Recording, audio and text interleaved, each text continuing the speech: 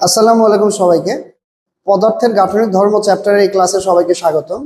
বিগত ক্লাসগুলোর মতো এই ক্লাসে আমি এই পদার্থের গাঠনিক ধর্ম চ্যাপ্টারের বিগত কয়েক বছরের কোশ্চেন অ্যানালাইসিস করে বাছাইকৃত তোমার টাইপ ওয়াইজ যতগুলো প্রবলেম আসতে পারে মোটামুটি সবগুলো নিয়ে ভিডিওটা সাজানো হচ্ছে। এখন তোমাদের হয়তোবা তোমরা জানো, বিশেষ করে যারা এবার 26 সালে এইচএসসি পরীক্ষা দিচ্ছ, যে এই গাঠনিক ধর্ম চ্যাপ্টারটা আগের বছরগুলোতে পুরোপুরি ছিল না, অর্ধেক ছিল, বাকি অর্ধেক ছিল না। সো ওইটা থেকে দেখা গেছে যে তোমার অনেক কোশ্চিন হয়তো বা আগের বছরগুলোতে জন্য আসে নাই, তবে এইবার দেখা গেছে ওই টপিকগুলো থেকেই দিচ্ছে, কারণ ওই টপিকগুলো বেশ গুরুত্বপূর্ণ। তো এই সব কিছু ইনক্লুড করে এই ক্লাসটা সাজানো। তো কথা না বাড়ায় তাহলে শুরু করা যাক। তো আমরা ময়মনসিংহ বোর্ড 2025-এর এই কোশ্চিনটা দিয়ে শুরু করব। তো এখানে আরেকটা কথা তোমাদের আমি একটু বলে নিই, এই চ্যাপ্টারটাই বুঝছো তোমার গুরুত্বপূর্ণ টপিক হচ্ছে ইয়ং মডুলাস, পয়জনস রেশিও, এই দুইটাই দিকে। আর সেকেন্ড অংশে মানে প্রবাহীর প্রবাহ অংশে তোমার প্রান্ত বেগ যেটা আছে ওই টপিকটা ইম্পর্টেন্ট, স্পর্শকোণ টপিকটা ইম্পর্টেন্ট।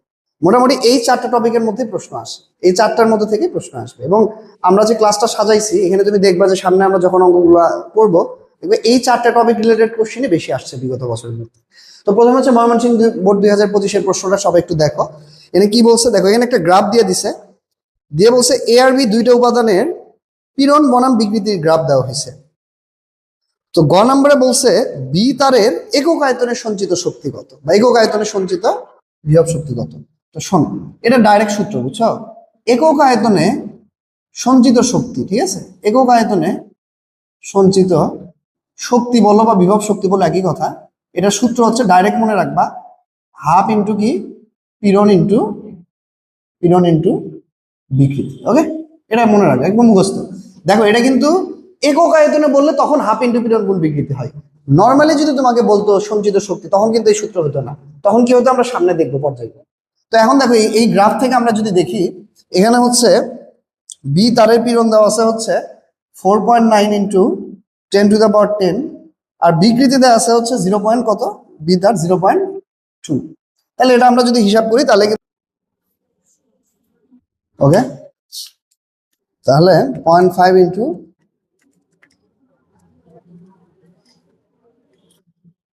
তাহলে এটা আসতেছে 4.9 ইন্টু 10⁻9, 4.9 ইন্টু 10⁻9। আচ্ছা, এখানে একটা ব্যাপার আছে, একক আয়তনে সঞ্চিত শক্তি বললে এককটা শুধু জুল লিখবা না, জুল পার মিটার কিউব লিখবা। কেন পার মিটার কিউব লেখা হইলো? একক আয়তন, এটা বোঝানোর জন্য আমরা পার মিটার কিউব লিখছি।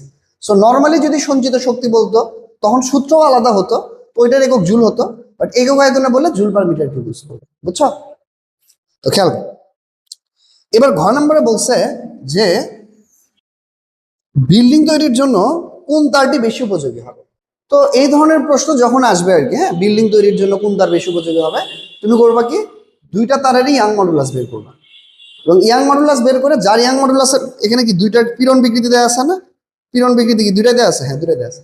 তো তাহলে যেই তারের ইয়াং মডুলাসটা বেশি হবে সেই তারটা তোমার বিল্ডিং তৈরির জন্য বেশি উপযোগী হবে। হ্যাঁ, তাহলে আমরা এক কাজ করি, তাহলে এ তারের ইয়ং গুণাঙ্ক বা ইয়ং মডুলাস ইংলিশে বললে ইয়ং এর গুণাঙ্ক বললেও হবে, ওয়াই এ। তো ইয়াং মডুলাসের সূত্র কি বলতো? আমরা কিন্তু জানি কি পীড়ন ভাগ বিকৃতি। অ্যাকচুয়ালি পীড়ন ভাগ বিকৃতি তো বলা ঠিক না, দৈর্ঘ্য পীড়ন ভাগ দৈর্ঘ্য বিকৃতি বলা উচিত। হ্যাঁ, দৈর্ঘ্য পীড়ন বাই দৈর্ঘ্য বিকৃতি বলা উচিত।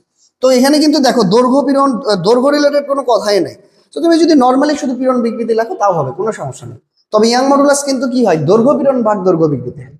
তো যাই হোক, এই তারের দৈর্ঘ্য পীড়ন কত দিছে এখানে দেখি, 4 ইন্টু 10⁻10, আর দৈর্ঘ্য বিকৃতি দিছে 0.2। তো এটা ভাগ করলে আমরা বের করবো কিছু একটা। সেম ভাবে বি তারের জন্য Y B equal to B তারের কি 4.9 ইন্টু 10⁻10, আর বিকৃতি কি দুইটারই 0.2।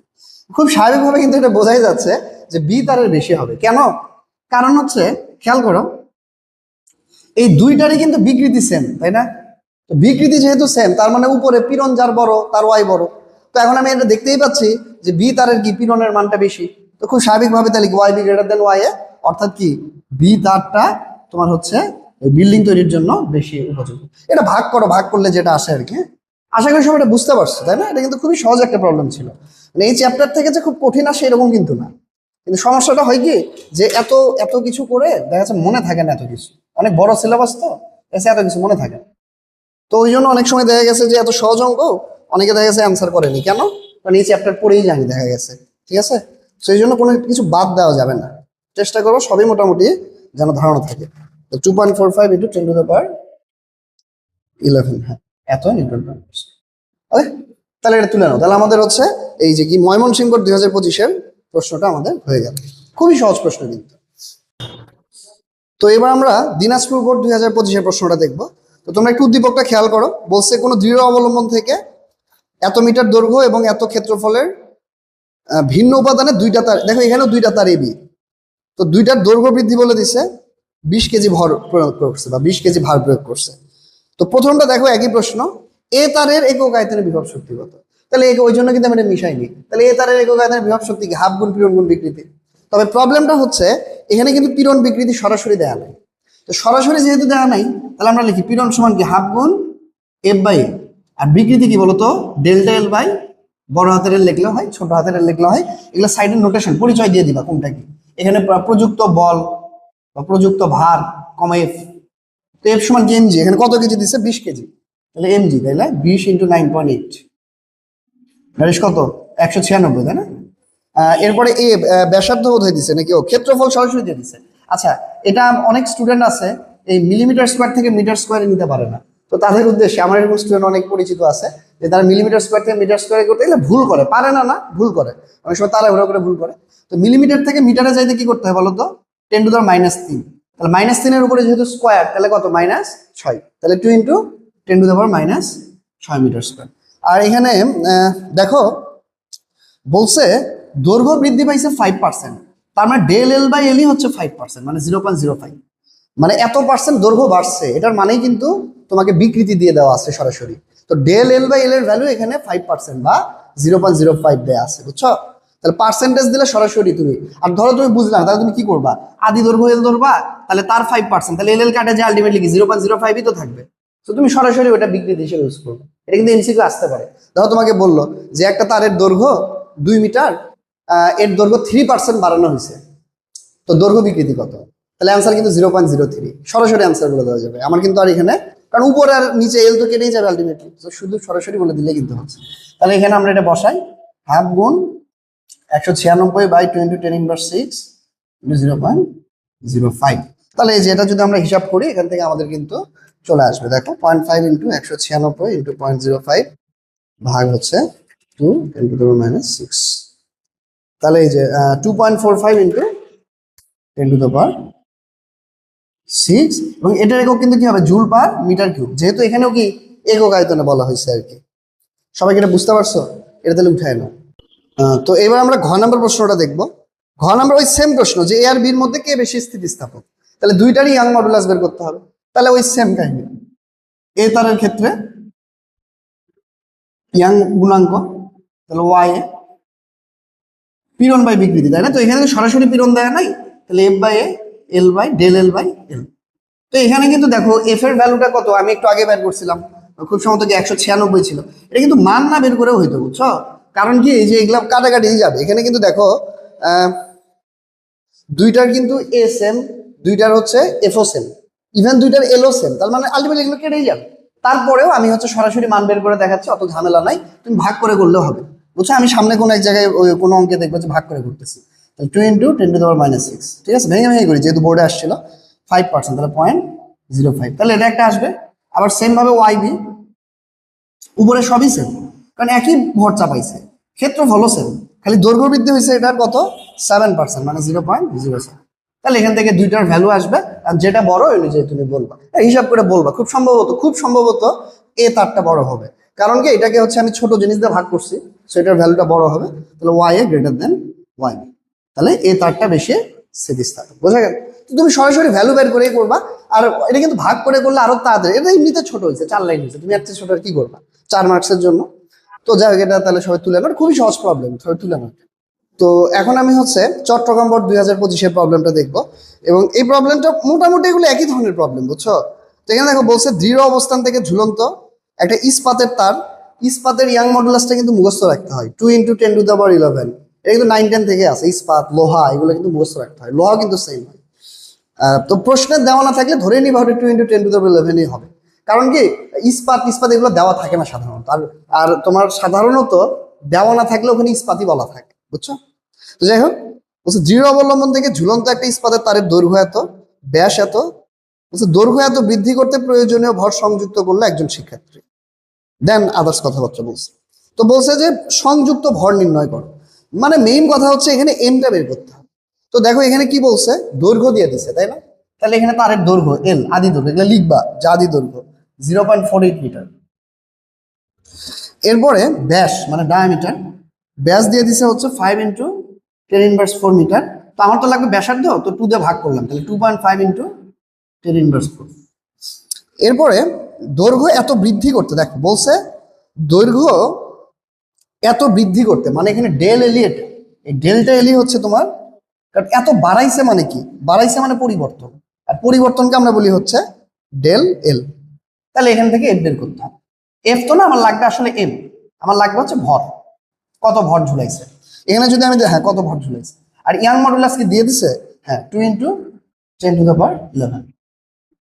তাহলে আমরা এখানে এগুলো বসাই, ওই সূত্র যেগুলা একটু আগে ছিল, আমরা জানি কি ওয়াই সমান কি, ওই যে সরাসরি লিখলে এটা লিখবা এ × ডেল্টা এল, আর আমি হচ্ছে সাধারণত ওই যে এফ বাই ডেল্টা এল, নিচে হচ্ছে ওই যে এল, ওইভাবে লিখি, যাই হোক একই কথা। তো এখন এই যে ওয়াই এর ভ্যালু দেওয়া আছে এফ = mg, এল এর মান কত, এল এর মান 0.48, এ তো এখানে এটা বের করতে হবে। এখন দেখো এটা হচ্ছে রেডিয়াস, আমি সরাসরি রেডিয়াস বের করছি, এটা হচ্ছে ব্যাসার্ধ আর, হ্যাঁ তাহলে পাই আর স্কয়ার, ব্যাসার্ধের ক্ষেত্রফলের সূত্র কি, পাই আর স্কয়ার, সিলিন্ডার তার যেহেতু সিলিন্ডার আকৃতির হয়, ইনটু হচ্ছে ডেল্টা এল।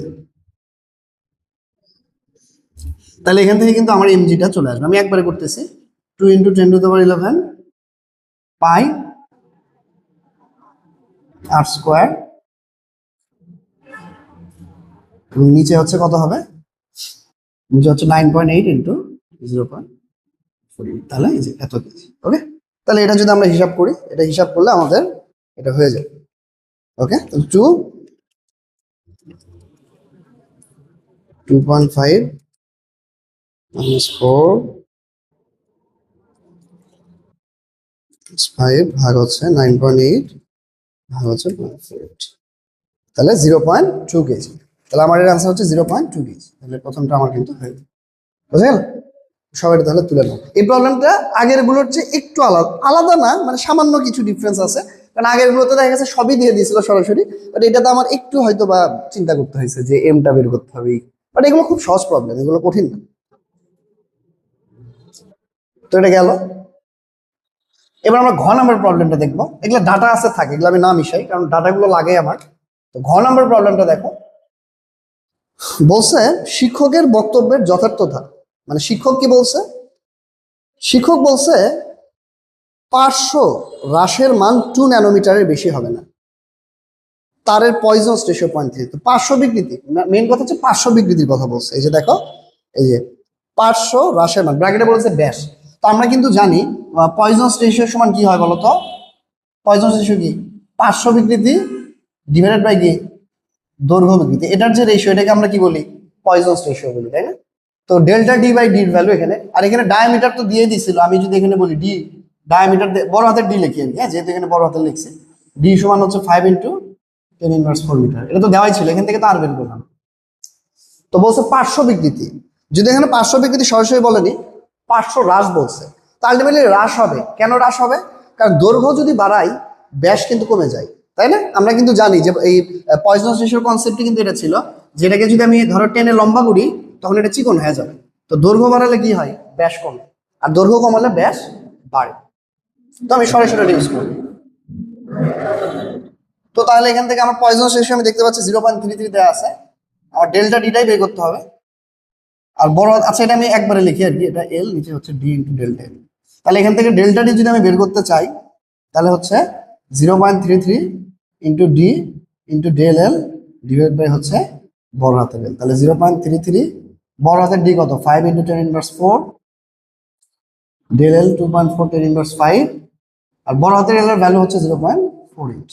তাহলে এটা করলেই কিন্তু আমাদের এখানে চলে আসবে। হ্যাঁ, এটা যদি আমরা হিসাব করি তাহলে কিন্তু আমাদের ডেল্টা ডি চলে আসবে। তাহলে 0.33 মাইনাস 4.48। তাহলে আমাদের আসতেছে 8.25 ইন্টু 10⁻9 মিটার, 8.25 10⁻9। তাহলে এটাই হচ্ছে আমার ডেল্টা টি। তাহলে সবাই তুলে। আর কেউ যদি চাও, যেহেতু -9 আসছে, এটাকে যদি চাও এত ন্যানোমিটারও লিখতে পারো, না লিখলেও সমস্যা নেই, যদি চাও লিখতে পারো, এই আর কি, একই কথা। সবাই তুলে। আমরা এখন রাজশাহী বোর্ড 2024 সালের প্রবলেমটা একটু দেখবো। বেশ বড় একটা প্রবলেম, মানে অনেক বড় লেখা। তো এই অঙ্কটাও কিন্তু একটু আলাদা, মানে আমরা যত পর্যায়ক্রমে সামনে আগাবো আমরা দেখবো যে একটু ব্যতিক্রম ধর্মী অঙ্কগুলো আসতেছে সামনে আর কি। তো দেখো বলছে 10 সেন্টিমিটার বাহু বিশিষ্ট একটা ইস্পাতের তৈরি ঘনকের উপরে এত নিউটন আকার পীড়ন সৃষ্টিকারী স্পর্শক বল প্রয়োগ করলে বাপরে বাপ বিপরীত স্থির তলের সাপেক্ষে তলটার এত মিলিমিটার সরণ ঘটে। অপরদিকে যে ওই আবার একটা কথা বলছে আর কি, সরণ হয় এত ডিগ্রি। তো বলছে যে অ্যালুমিনিয়ামের ঘনকের উপর, দেখো অ্যালুমিনিয়ামের ঘনক কিন্তু সেকেন্ডে ছিল, প্রথমটা ছিল ইস্পাতের। তোমরা কিন্তু কোশ্চেনটা ভালো করে পড়ো, আমি হচ্ছে এইভাবে জাস্ট, কারণ আমি তো প্রশ্নটা জানি যে কি আছে এখানে, দেখে তো বুঝতেছি, তোমরা একটু ভালো করে প্রশ্নটা পড়ো। তো এখানে কিন্তু দেখো বলছে 3 সেন্টিমিটার বাহু বিশিষ্ট একটা অ্যালুমিনিয়ামের ঘনকের বিপরীত তলে সমান ও বিপরীত স্পর্শকীয় বল প্রয়োগের ফলে কৌণিক সরণ, এই যে খুব ইম্পর্টেন্ট কথা, কৌণিক সরণ হয় 0.01 ডিগ্রি আকার গুণাঙ্ক। তো আকার গুণাঙ্ক মানে কি বলো তো ভাইয়া? আকার গুণাঙ্ক মানে কি? তোমার হচ্ছে 3 ধরনের, আচ্ছা আমি এটা হারাই ফেলছি, একটু দাঁড়াও, প্রশ্ন হারাই ফেলছি, 1 সেকেন্ড। হ্যাঁ, কোথায় কোথায়, এটা কি রাজশাহী বোর্ড? হ্যাঁ পাইছি, হ্যাঁ রাজশাহী। যাক, তো আকার গুণাঙ্ক যদি আমি আবার ফিরে আসি, তো এই যে গুণাঙ্কগুলো 3 ধরনের হয়। একটা হচ্ছে তোমার দৈর্ঘ্য গুণাঙ্ক বা দৈর্ঘ্য, ওই যে যেটাকে আমরা ইয়াং মডুলাস বলি। একটা হচ্ছে আয়তন গুণাঙ্ক, যেটাকে আমরা বাল্ক মডুলাস বলি। এবং আরেকটাকে বলা হয় দৃঢ়তার গুণাঙ্ক, মডুলাস অফ রিগিডিটি। এবং এইটাকেই কিন্তু আকার গুণাঙ্ক বলছে অনেক জায়গায়। এবং এখানে কিন্তু দেখো যে আকার গুণাঙ্ক, দ্যাট মিনস এটা হচ্ছে ইটা দিয়ে দিছে এখানে। কি দিয়ে দিছে? আকার গুণাঙ্ক আমরা সাধারণত ইটা বলি, আবার অনেক জায়গায় এটাকে জিও বলা হয়, বুঝছো? মডুলাস অফ রিগিডিটি, সো জি বলে, অনেক জায়গাতে আমি দেখছি এটা জিও বলে, ইটাও বলে, মানে জি, আমি সাধারণত জি লিখি আর কি। তো যাই হোক, এখানে ইটা লিখবা, তোমাদের বইগুলোতে ইটা দিছে। তো এটা কত দিছে? এটা আকার গুণাঙ্ক 2.6 ইন্টু 10⁻10 না, হ্যাঁ 10⁻10। আচ্ছা, কৌণিক সরণ মানে থিটা, থিটা দিছে কত ডিগ্রি? থিটা দিছে 0. কত? 0.01। আচ্ছা, তো এখন কথা হচ্ছে এগুলো করতে গেলে রেডিয়ানে নিবে, সবসময় এগুলো রেডিয়ানে বসাবো, বুঝছো? আচ্ছা, আর এখানে দিছে বল, ফোর্সের মান দিছে কত? এই যে অ্যালুমিনিয়ামের ইয়ার উপরে আকার গুণাঙ্ক, হ্যাঁ এখানে ফোর্স কত দিয়ে দিছে? নাকি ফোর্সই বাইর করতে বলছে? ও ফোর্সই বাইর করতে বলছে। হ্যাঁ, সমান ও বিপরীত স্পর্শকীয় বল প্রয়োগের ফলে এত হয়। আচ্ছা, তাহলে এখন কথা হইতেছে, দেখো ইটার সূত্র কি? ইটার সূত্র কি বলতো? ইটা সমান F/a থিটা। ওকে, তো এ কি? এ হচ্ছে ক্ষেত্রফল।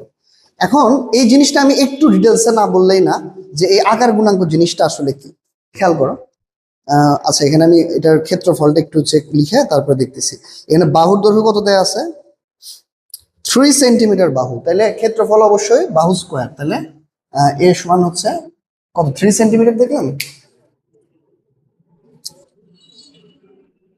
হ্যাঁ 3 সেন্টিমিটার। তাহলে 0.03 উপরে স্কোয়ার, তাহলে হচ্ছে 0.009 বোধহয় না, 0.03 উপরে স্কোয়ার, 9 ইন্টু 10⁻4। আচ্ছা, এখন কথা হচ্ছে এটা আসলে কি করলাম আমি? দেখো, মনে করো এটা হচ্ছে, ধরে নাও এটা ঘনক, ধরে, এটা কিন্তু ঘনক আকৃতির না, ঘনক আকৃতির ধারে কাছেও না, এটা হচ্ছে তোমার আয়তকার শেপ আর কি। আচ্ছা, এটা এটা মনে করো, এগুলো একটাও ঘনক না, তারপরে তুমি বোঝার সুবিধার্থে মানে কিউব খুঁজতেছিলাম, রুবিক্স কিউব থাকলে ভালো হতো। তো এই জিনিসটা মনে করো এখানে আছে, বুঝছো? এটা এরকম আছে, এটা এরকম আছে। তো আমি করলাম কি, এই যে খেয়াল করো, দেখতে পাচ্ছ অবশ্যই, এটার এক পাশে ফোর্স দিলাম, এক এক দেখো, এটা কিন্তু এটা কিন্তু টোটাল 6টা তল আছে। তো একটা তল ফিক্সড, আর একটা তলের পর এইভাবে ধর এইভাবে ফোর্স দিচ্ছি, দিলে কি এটা কিছু এরকম কিছুটা বেঁকে যাবে না? কিছুটা বেঁকে যাবে, মানে জিনিসটা আমি যদি বোর্ডে আঁকাই, মনে করো এই জায়গায় ধরো এটা হচ্ছে ওই জিনিসটা, জিনিসটা। এখন এখানে আমি যদি এক প্রান্ত ফিক্স রেখে আরেক প্রান্তকে এইভাবে ফোর্স দেই, মানে এটা আসলে এভাবে বোঝা যাচ্ছে না, বুঝছো? কারণ এই জিনিসটা খুবই নড়বড়ে, এটা তুমি বুঝতে পারবে না। তো আমি যদি এভাবে ফোর্স দেই এই যে এই মাথায়, তাহলে এখানে একটা অ্যাঙ্গেল তৈরি হবে, যে এটা একটু সরে যাবে, এই যে এই জিনিসটা সরে যাবে। মানে এই লাইনটা যদি চিন্তা করো, এই লাইনটা এই জায়গায় ছিল না, তো ফোর্স দিলে এই লাইনটাকে এটা এরকম বেঁকে যাবে না, এখানে সরে যাবে। তাহলে এই যে এখানে যে অ্যাঙ্গেলটা তৈরি হচ্ছে এই থিটাকে আমরা বলি হচ্ছে তোমার এই কি বলে এটাকে দৃঢ়তার গুণাঙ্ক বা আকার গুণাঙ্ক। আচ্ছা আমার কাছে এখানে আমি কোনো মোটা বইও দেখতেছি না, বই দিয়েও এটা বোঝানো যায়, বাট আমার এখানে কোনো বই নেই আনফরচুনেটলি, আছে কিন্তু এটাতে লাভ হবে না। মানে আশা করি জিনিসটা মনে হয় বুঝতে পারছো যে আমি যখন একটা তল ফিক্সড রেখে আরেকটার উপর এইভাবে ফোর্স দিব, ফোর্সটা এইভাবে দিব, স্পর্শকীয় বল, মানে বলটা কিন্তু এই যে স্পর্শক বরাবর দিতে হবে, যে এই তল বরাবর, তখন এক তল ফিক্স থাকবে আর এক তল ওইদিকে সরে যাবে। তো এইরকম ঘটনা ঘটলে এই যে এই বাহুটা চিন্তা করো, এটা এই জায়গায় আছে, এটা কি এই জায়গায় থাকবে? এটা কি এরকম সরে যাবে না একটু? মানে পুরো স্ট্রাকচারটাই তো উপরে সরে যাবে, তাই না? তাহলে এই যে সরে গেছে এখানে যে অ্যাঙ্গেলটা তৈরি হয়েছে এটাকে বলা হয় এই আকৃতি গুণাঙ্ক, ঠিক আছে? তো যাই হোক, এই থিটাটা, এখন এখানে কথা হচ্ছে থিটাটাকে আসলে আমরা বলি হচ্ছে তোমার হচ্ছে ব্যবর্তন বা ব্যবর্তন কোণ থিটা, আর ইটাকে আমরা বলি হচ্ছে গুণাঙ্ক। সো এই থিটাটা আমাকে প্রথমে বের করতে হয়, এই থিটার সাহায্যে আমি পরে হচ্ছে ইটা বের করতে হবে। এন্ড এই প্রশ্নে গ নাম্বারে থিটাটা আমাকে দিয়েই দিছে, এবং এটাকে কিন্তু তোমাদের বইয়ে বা এই প্রশ্নে কৌণিক সরণ বলছে, একই কথা, কিন্তু এগুলো সবই সেম, মানে অ্যাঙ্গেল দেখলে তুমি বুঝবা যে এইটার কথাই বলা হচ্ছে এখানে। ওকে, তো আমি এখন এর মান কেন বাহু স্কোয়ার করছি, কারণ এটা হচ্ছে কি আমি কোন সারফেস কোন তলে ফোর্স দিচ্ছি ওটা হচ্ছে, তো আমি তো এই তলে দিচ্ছি, তো এই তলটা কিন্তু আসলে কি, এই তলটা আসলে একটা বর্গের মতো না, যেহেতু পুরোটা তো একটা ঘনক, তাই না? তাহলে আলটিমেটলি কি আমার এই তলটা কি একটা একটা বর্গ নেই, প্রত্যেকটা তল এক একটা বর্গ, তার মানে কি আমি একটা বর্গের উপরে ফোর্সটা দিচ্ছি, বর্গ বরাবর এইভাবে দিচ্ছি একটা স্কোয়ারের উপরে, এই জন্য কিন্তু বাহু স্কোয়ার বা এ স্কোয়ার লিখলাম আমি। তো যাই হোক, এটা তাহলে হিসাব করি, সবাই আশা করি বুঝতে পারছো, বোঝার কথা। আর যারা আমার রেগুলার ক্লাসের স্টুডেন্ট তারা তো এটা খুব সহজেই বুঝছো, আমি শিওর, তাদেরকে এগুলো অনেক ডিটেলসে দেখানো হয়েছে। তো এখন আমাকে এফটাই বের করতে হবে, তাহলে ইটা এ থিটা, তাহলে ইটার ভ্যালু হচ্ছে এ, তো আমি বের করলাম, আর থিটা হচ্ছে এই যে 0.01 ইন্টু পাই ডিভাইডেড বাই 180, এত নিউটন। ওকে, তো যাই হোক, এটা যদি আমরা হিসাব করি তাহলে আমার মনে হয় এটা চলে আসবে 2.6 10 -4 ইন্টু হচ্ছে 0.01 ভাগ হচ্ছে 180, তাহলে আমার আসছে হচ্ছে 4084 নিউটন, 4084। তাহলে আমার হচ্ছে গ নাম্বারটা হয়ে গেছে। সবাই আশা করি বুঝতে পারছো, সবাই তুলে। তো ঘ নাম্বারটা একটু দেখি, সবাই তুলে নাও, আমি ঘ নাম্বার কোশ্চেনটা দেখি। তো ও এখানে হচ্ছে তোমার ঠিক আছে, ঘ নাম্বার বলছে কোন উপাদানের তৈরি ঘনকের দৃঢ়তা বেশি। তো এই যে দেখো এখানে দৃঢ়তার গুণাঙ্ক কনসেপ্ট আরো ক্লিয়ার হয়ে যাবে। তো এখানে দুইটার কেস ছিল। দেখো সেকেন্ডটার কিন্তু দৃঢ়তার গুণাঙ্ক আমাকে দিয়ে দেওয়া আছে, সেকেন্ডটার দৃঢ়তার গুণাঙ্ক আমাকে দিয়ে দেওয়া আছে, দ্যাট ইজ 2.6 ইন্টু 10⁻10। এটা হচ্ছে দ্বিতীয়টার, দ্যাট ইজ হচ্ছে এখানে একটা ছিল বোধহয় কি ইস্পাতের না, আর আরেকটা ছিল কি অ্যালুমিনিয়াম। তাহলে যে অ্যালুমিনিয়ামের যে তার বা পাত, এখানে কি দিছে অ্যালুমিনিয়ামের অ্যালুমিনিয়ামের ঘনক দিছে। আচ্ছা ঠিক আছে, তাহলে অ্যালুমিনিয়ামের ঘনকের দৃঢ়তার গুণাঙ্ক এটা, ধর এটাকে আমি ইটা 2 বললাম, এন্ড ইটা 1 বের করতে হবে, মানে ইস্পাতেরটা আমি জানি না, ইস্পাতেরটা কিন্তু দেয়া নাই, দেখো ইস্পাতেরটা ইটা 1 ইকুয়াল টু 5। এখন দেখো, তো ইটা বের করতে গেলে আমাকে খুব স্বাভাবিকভাবে কি লাগবে বলো তো, ইটা 1 সমান এফ বাই এ থিটা। এবার প্রথম ক্ষেত্রে ইটা বের করতেছি, বুঝছো, কারণ আমাকে কম্পেয়ার করতে বলছে, দুইটার ইটার মধ্যে কম্পেয়ার করতে বলছে কার দৃঢ়তা বেশি। তো যার স্বাভাবিকভাবে দৃঢ়তার গুণাঙ্ক বেশি হবে তার তো দৃঢ়তা বেশি হবে, তাই না? তো এখানে খেয়াল করো, এই ইস্পাতের তার এটার বাহুর দৈর্ঘ্য দিছে হচ্ছে আমার 10 সেন্টি, এটাও কিন্তু ঘনক আকৃতির, হ্যাঁ, তাহলে 10 সেন্টিমিটার, তাহলে এটা কত হবে 0.1 এর উপর স্কোয়ার, তাহলে এ চলে আসতেছে, যেহেতু ঘনক তাহলে বুঝতে কনসেপ্টটা তো বুঝছো, তাই না? যে ওই যে স্কোয়ার শেপের উপর আমি ফোর্সটা দিচ্ছি, 0.01 মিটার স্কোয়ার। ওকে, ফোর্স দিয়ে দিছে, এই যে দেখো এত নিউটন পীড়ন সৃষ্টিকারী স্পর্শক বল দেওয়া হয়েছে। আর এগুলো যে বলছে না যে বিপরীত স্থির তলের সাপেক্ষে, এগুলো কেন বলছে? এক প্রান্ত স্থির রাখতে হবে, তো আমি যদি স্থির না রাখি তাহলে তো দুটাই সামনে চলে যাবে, তাহলে তো আমার এখানে বিকৃতি আসবে না, একটা স্থির রেখে দেন দিতে হবে। তো যাই হোক, এটা বলছে হচ্ছে কত 2.48 10⁻7 মিটার। আর আমার লাগবে থিটা, এখানে দেখো এখানে কিন্তু থিটা দেওয়া নেই, দেখো থিটা না দিয়ে বলছে, খেয়াল করো, দেখো বলছে বিপরীত স্থির তলের সাপেক্ষে তলটির এত মিটার সরণ ঘটে, কত মিটার 2.95। খেয়াল করো জিনিসটা এরকম, তাই না? এই যে তলটা, মানে তুমি জাস্ট একটা কর্নার চিন্তা করো, কর্নারটা সোজা আছে, কর্নারটা সোজা ছিল এরকম বেঁকে গেছে, সোজা ছিল বেঁকে গেছে। চিন্তা করো তোমার ঘনকের একটা কর্নার, এই কর্নারটা এরকম সোজা আছে, ফোর্স দিছি কর্নার বেঁকে গেছে, তাহলে এই যে সোজার সাথে বাঁকার যে একটা অ্যাঙ্গেল হইছে এই অ্যাঙ্গেলটাই হচ্ছে থিটা। তো কতখানি সরে গেছে, সরে গেছে কতখানি জানি দেখলাম, এখানে কত বলছে 2.95 মিলিমিটার, তাহলে 2.95 ইন্টু 10⁻³ এটা হচ্ছে এক্স। তাহলে সরণ এখানে এভাবে লিখতে পারো যে সরণ কম হচ্ছে এক্স লেখো, ডেল এক্স লেখো, নো প্রবলেম। মানে এইভাবে লিখতে পারো যে বাহুর সরণ, হ্যাঁ ঘনকের বাহুর সরণ। আর তুমি যদি বুঝাইতে পারো, বুঝছো, এগুলা কোনো বিষয় না তুমি কি লেখছো না লেখছো। তবে হ্যাঁ এখন আছে সরণ, তুমি বাহুর সরণ দৈর্ঘ্যের সাথে রিলেটেড তুমি লিখে আসলা ভর, তাহলে তো হবে না। তো বাহুর সরণ লেখো, সরণ লেখো, একই কথা, স্যার বুঝবে, সমস্যা নেই। আর এখানে এটা তো আমার তাহলে হচ্ছে তোমার হ্যাঁ বাহুর, আচ্ছা। আর এখন আমার লাগবে এই থিটাটা, তাই না? আমি এটা যদি জানি তাহলে এই যে এই দুটাতে আমি থিটা বের করতে পারবো। তো এটা তো আলটিমেটলি কি আমার নর্মাল যে বাহুর দৈর্ঘ্য ছিল দ্যাট ইজ এ, তাই না? তাহলে বাহুর দৈর্ঘ্য কত? বাহুর দৈর্ঘ্য এ, যেটা দেওয়া আছে 10 সেন্টিমিটার, তাহলে 0.1 মিটার। তাহলে এখান থেকে আমি বলতে পারি না যে এখানে এটা কি একটা সমকোণী ত্রিভুজ, এটা ভূমি এটা লম্ব, তাহলে বলতে পারি না ট্যান থিটা সমান কি লম্ব বাই ভূমি। তাহলে থিটা সমান এই যে ট্যান ইনভার্স ডেল এক্স এর ভ্যালু কত ছিল, ডেল এক্স, আর বাহুর দৈর্ঘ্য হচ্ছে 0.1। তাহলে এখান থেকে আমাদের থিটা চলে আসবে 2.95 মাইনাস 3 ভাগ 0.1। আচ্ছা থিটা আসছে 0.0295, তো এটা তো আসছে ডিগ্রিতে, এটাকে আমরা নিব হচ্ছে রেডিয়ানে, বুঝছো? তাহলে কিন্তু কি পাই বাই 180, তাহলে কিন্তু পাই বাই 180 দেখি কত হয়। তোমরা এটা তুলে নিতে পারো, এর সাথে তুলে নেবে ইন্টু পাই কি রে, হ্যাঁ ভাগ হচ্ছে 180, আনসার ভাগ 180। তো অনেক ছোট আসছে, হিসাবটা বেশি ছোট আসে গেছে, আচ্ছা সমস্যা নাই। তো 5.15 10 ইনভার্স 4, 5.15 10 ইনভার্স 4 এত রেডিয়ান। আচ্ছা আমি আরেকবার একটু হিসাবটা করি, কারণ আমার কাছে মনে হচ্ছে হিসাবটা ভুল হয়েছে, বেশি ছোট হয়ে গেল।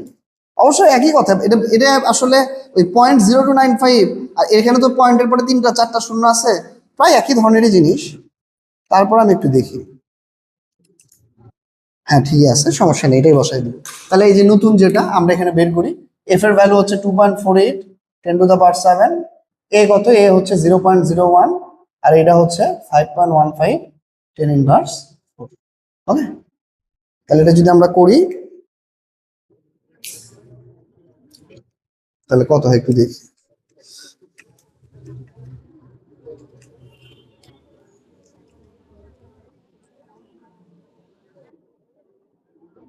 ওহ আমি ভুল করছি, ভুল করছি। আচ্ছা আবার লিখি 2.48 10⁻7 হচ্ছে 0.01 4। তাহলে এই যে 4.81 ইন্টু 10⁻, কত আসছে, 10⁻12 আসছে। এটা একটু বেশি আসে গেল না? এত তো আসার কথা না। তোমার একটা জায়গায় আমি হিসাব ভুল করছি কি, থিটার ভ্যালুটা বারবার সমস্যা হইতেছে। আচ্ছা যাই হোক, তাহলে আমি একটু লিখি কত আসছে লিখি 4.81 ইন্টু 10⁻12। আর আগেরটা ছিল হচ্ছে তোমার, আগেরটা ছিল হচ্ছে 2.6 ইন্টু 10⁻10। তাহলে অবশ্যই আগেরটা বলতে কি আলটিমেটলি প্রথমটাই হচ্ছে এত, আর দ্বিতীয়টাই দেওয়া আছে ওখানে। তাহলে কি এখানে প্রথমটা, এখানে কি চাইছে, বলছে কোনটার ইয়া বেশি, দৃঢ়তা বেশি, তাহলে প্রথমটা। তাহলে যেহেতু ইটা 1 গ্রেটার দেন ইটা 2, ইটা 1 গ্রেটার দেন ইটা 2, তাহলে হচ্ছে প্রথমটার হচ্ছে তোমার দৃঢ়তা বেশি। শোনো আমি একটু ক্লিয়ার করে দিই, হ্যাঁ শোনো আমি জিনিসটা তোমাদের একটু ক্লিয়ার করে দিই। সে কি ক্লিয়ার করবো একটু দাঁড়াও, আমি একবার চেক করি, হ্যাঁ ইয়েটা ঠিক আছে না, আমার কাছে এটা করা আছে, তো আমি একবার একটু চেক করি। আচ্ছা তো আমি একটু ক্লিয়ার করে বলি, হ্যাঁ শোনো, এই জিনিসটার অ্যান্সার মানে এই অঙ্কটা তোমাদের বইয়ে অ্যাড করছে, আমি ওটাই দেখলাম। তো তোমাদের বইয়ে এটার অ্যান্সার আসছে হচ্ছে 8.41 ইন্টু 10⁻10। তো আমি একটু ক্লিয়ার করে দিচ্ছি জিনিসটা, ওরা যেটা করছে বুঝছো, ওরা করছে কি দেখো, এই থিটাটা তো অনেক ছোট, এই থিটার ভ্যালু কত আসছে তুমি খেয়াল করো, 0.02, মানে 1 ডিগ্রিরও কম। তো 1 ডিগ্রির ক্ষেত্রে এটা কি মানে যেহেতু এটা অনেক ছোট আসে, তো তোমাদের বইয়ে অনেক বইয়ে মানে সব জায়গায় না, এখানে ট্যান থিটা না দিয়ে শুধু থিটা সমান এটা লেখছে, বুঝছো? আমি বলছি ভাই এটা কি লেখা যাবে? হ্যাঁ যাবে, কেন যাবে, কারণ এখানে কিন্তু এটা কিন্তু একটা একটা বৃত্তচাপ যদি চিন্তা করো, তাহলে ওই যে এস সমান 8 থিটা, এস সমান আর থিটা, এই এসটাই তো এ, তাই না? তাহলে এখান থেকেও কিন্তু বের করা যেতে পারে। তো ওইটা যখন করছে তোমাদের বইয়ে যেটা আমি দেখলাম, ওরা হচ্ছে এই 0.0295 এটাই করছে, এটাকে আর পাই বাই 180 দেয়নি, বুঝছো? কারণ কি ভাই, এটা অনেক ছোট একটা অ্যাঙ্গেল। তো এটা যেহেতু অনেক ছোট অ্যাঙ্গেল, তো এখানে তুমি ট্যান ইনভার্স না, মানে ট্যান থিটা না ধরে তুমি নর্মাল থিটা ধরে করলেও দেখা গেছে প্রায় একই ধরনের ভ্যালু আসতেছে। তো তোমরা তাহলে এক কাজ করবা, যেহেতু তোমাদের বইটাই রিফারেন্স, তোমরা যখন এরকম এক্স আর এ দেওয়া থাকবে সরাসরি থিটা সমান এটা লিখবে, বুঝছো? সরাসরি। এবং এটাকে বলা হচ্ছে ব্যবর্তন, এটাকে বলা হচ্ছে ব্যবর্তন, এটাকে বলা হচ্ছে ব্যবর্তন, ব্যবর্তন কোণ, সরাসরি। এবং এটা রেডিয়ানে আসবে, বুঝছো? এটা কিন্তু রেডিয়ানে আসবে। দেখো আমার অ্যান্সার কিন্তু ভুল হয়নি, আমার এইটাও হচ্ছে তোমার কি, এটাই বেশি আসছে, কিন্তু আবার এটাতে করলেও তাই হবে। বাট তোমাদের বইয়ে যেটা করছে, এটাকে সরাসরি থিটা লিখছে, আর ওরা হচ্ছে ট্যান থিটাই যায় না। ওকে, তাহলে জিনিসটা একটু মনে রাখবা, যে যদি এরকম থাকে তুমি ট্যান থিটা লেখার দরকার নাই, সরাসরি থিটা লিখবে, বুঝছো? কারণ কারণ কি জানো, এই জিনিসটা কি আমি যে দেখাচ্ছি যে এটা এরকম এরকম হয়ে গেছে, এটা কিন্তু একটু এই যে কার্ভ হয়ে গেছে, দেখছো? খুবই ছোট যেহেতু, তো খুব ছোট হইলে এটা বাঁক আর সোজা তো একই। তো ট্যান থিটা ধরে যদি কেউ করে তারটাও হবে, তবে তোমাদের বইয়ে শুধু থিটা ধরে করছে, মানে এই থিটার ভ্যালুটা এই যে এটাই বসাতে হবে। তাহলে এই যে 0 পয়েন্ট, তাহলে তুমি এটা ইউজ করবা, বুঝছো? ওই ট্যান থিটা লেখার দরকার নেই। আর প্রশ্নে যদি থিটা দেয়া থাকে আগেরটার মতো, তখন তো রেডিয়ানে নিবা, সেটা তো আলাদা হিসেবে, ওটা তো নিবাই সবসময়। আর এটা কিন্তু সরাসরি রেডিয়ানেই চলে আসছে, এস সমান আর থিটাই বসাইছি মানে ডাইরেক্ট রেডিয়ানে চলে আসছে, বুঝছো? তো তাহলে এটা করলে কিন্তু এই যে তোমাদের বইয়ে যে অ্যান্সারটা আছে ওটার সাথে কিন্তু অ্যান্সারটা মিলে যাবে এবার। তাহলে এই যে বললাম না, হ্যাঁ 8.4 ইন্টু 10⁻10 অনেক চেঞ্জ হয়ে গেছে, বুঝছো? এইটুকুর জন্য কারণ কি, ওই যে তোমার অনেক ছোট ছোট মান পরিবর্তন হলে ভাগ করছে যেহেতু, বাট স্টিল কিন্তু আমার প্রথমটাই বেশি। বাট এটা আমার বলতেছি, তাহলে ট্যান থিটা লিখলেও ভুল না, তবে তোমাদের বইয়ে ট্যান থিটা লেখে নাই, মানে ম্যাক্সিমাম বইয়ে শুধু থিটাই লিখছে, তুমি সরাসরি থিটা লিখবে, ওই ঝামেলায় যাবাই না, বুঝছো? এবং এটাই রেডিয়ান, এটা আরো সহজ। সবাই বুঝতে পারছো? ক্লিয়ার? তাহলে এটা আমাদের, এটা কিন্তু ঘ নম্বর ছিল, এটা কিন্তু গ না, এটা হচ্ছে ঘ। তাহলে আমাদের কিন্তু রাজশাহী বোর্ড 2024-এর প্রবলেমটা কিন্তু হয়ে গেল। তো সবাই এটা তুলে নাও তাহলে। তো এখন আমরা যশোর বোর্ড 2024-এ আসা একটা ম্যাথ প্রবলেম দেখব, এবং এই প্রবলেমটাও বেশ গুরুত্বপূর্ণ, এগুলো টেবিলালা অঙ্ক কিন্তু বেশ ইম্পর্টেন্ট। তো বলছে 3 মিটার লম্বা এবং এত ক্ষেত্রফলের কোনো তারের এক প্রান্তে এত কেজি ভর ঝুলাইলে 1% দৈর্ঘ্য বাড়ে। তো বিভিন্ন ধাতুর পয়জনস রেশিও দিয়ে দিছে, বলছে 1% বৃদ্ধিতে কৃতকাজ কত। তো দেখো এখানে কিন্তু শুধু কৃতকাজ বলছে, তাই না? তাহলে 1% বৃদ্ধিতে কৃতকাজ, 1% বৃদ্ধি মানে এটা কিন্তু বিকৃতি, তাই না? বৃদ্ধিতে কৃতকাজ। তো কৃতকাজের সূত্র কি? এটা কিন্তু মুখস্থ, হাফ ইন্টু কি, Y A delta L square divide by L, এটা কিন্তু মুখস্থ রাখতে হবে, Y A delta L square divide by বড় হাতের এল। এটা তাহলে কখন? যখন নর্মালি কৃতকাজ বের করতে বলে। আর যদি একক আয়তনে বলে তখন হচ্ছে হাফ গুণন পীড়ন গুণন বিকৃতি। তো এখানে তো সবই দেয়া আছে আমার মনে হয়। এখানে এই যে তোমার হচ্ছে ধাতব তারের এক প্রান্তে, হ্যাঁ এক প্রান্তে এটা দিচ্ছে, দিয়ে বলছে। এখন এখানে একটা ঝামেলা করছে, দেখো ঝামেলাটা হচ্ছে ওরা এখানে তোমার হচ্ছে লম্বা মানে লেন্থ দিয়ে দিছে, ক্ষেত্রফল দিয়ে দিছে, ওকে 10 কেজি ভর ঝুলাইছে, মানে এফ দিয়ে দিছে। এফ হচ্ছে কত? 10 কেজি। তো 10 ইন্টু 9.8, দ্যাট ইজ হচ্ছে 98 নিউটন। ওকে, এবং দৈর্ঘ্য 1% বাড়ছে, তাহলে ডেল্টা এল দিয়ে দিছে। ডেল্টা এল হচ্ছে তাহলে কত? 3 মিটারের কত পার্সেন্ট বলো তো? 1, তাহলে 0.01, দ্যাট ইজ হচ্ছে 0.03 মিটার। দিয়ে দেখো ওয়াই এর ভ্যালু দিয়ে দেয়নি, ওয়াই এর ভ্যালু কি দিয়ে দিছে? ওয়াই এর ভ্যালু, ওয়াই এর ভ্যালু, ওয়াই এর ভ্যালু না, ওয়াই এর ভ্যালু দিয়ে দেয়। তাইলে এখন বুদ্ধি কি? কথা হচ্ছে যদি ইস্পাত বলতো না, আমি সরাসরি ধরে নিতাম 2 ইন্টু 10⁻11। ইস্পাত কি বলছে এখানে? না, ইস্পাতও বলেনি, খালি বলছে ধাতব তাপ। তাহলে একটা বুদ্ধি করি আমরা, কি বুদ্ধি? এই ওয়াইটা এখান থেকে সরানোর চিন্তা করি। তো ওয়াই কি সরানো যাবে? হ্যাঁ যাবে। কেন কেন যাবে না? আমরা কি জানি বলো তো? ওয়াই সমান কি, এফ এল নিচে কি এ ইন্টু ডেল্টা এল। তাহলে এটা আমি এখানে একটু বসাই দেখি কি অবস্থা হয়।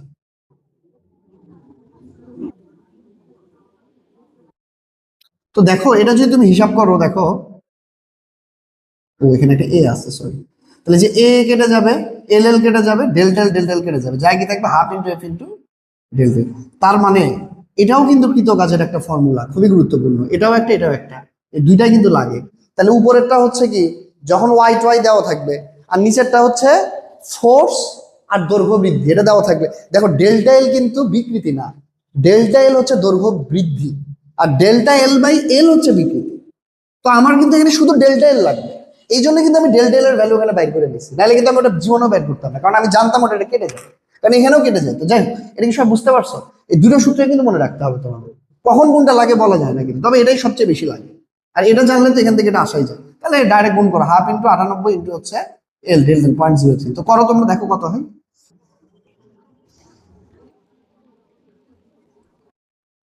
তাহলে এটা আসতেছে 1.47 জুল। তাহলে আমার কিন্তু ডাব্লু চলে আসলো 1.47 জুল, বুঝলেন? দেখেন, এবার সেকেন্ড প্রশ্ন বলছে তারটি কোন উপাদানের তৈরি, এবং আমাকে উদ্দীপকের 3টা পদার্থের পয়জনস রেশিও দিয়ে দিছে। তো এই পয়জনস রেশিও থেকে আমাকে বলতে হবে যে এই তারটা কোন উপাদানের তৈরি। তো তার মানে আমাকে এই তারের পয়জনস রেশিও বের করতে হবে, তাই না? কিভাবে বের করা যায় একটু দেখো, এই সবাই বুঝছো, খেয়াল করো।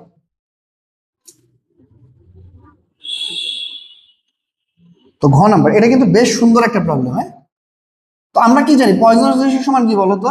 উপরে কি ডি ইন্টু কি এল, নিচে কি সরি ডেল্টা ডি, আমরা সাধারণত ডেল্টা ডি লিখি, ডি ইন্টু ডেল্টা এল, তাই তো? উপরে কি এই তোমার হচ্ছে পার্শ্ব বিকৃতি, আর নিচে দৈর্ঘ্য বিকৃতি না? তো তাহলে আলটিমেটলি এরকম হয়ে যাচ্ছে না, এরকম হয়ে যাচ্ছে। তো এখন আমার এই জায়গায় খেয়াল করো, তোমরা একটু যদি ভালো করে দেখো প্রশ্নটা, সবাই একটু প্রশ্নটা পড়ো এবং নিজে করার ট্রাই করো, যদি পারো খুবই ভালো, আর না পারলে দেখো। দেখো ডেল্টা এল এর ভ্যালু আমি জানি, বড় হাতের এল এর ভ্যালু আমি জানি, তাই না?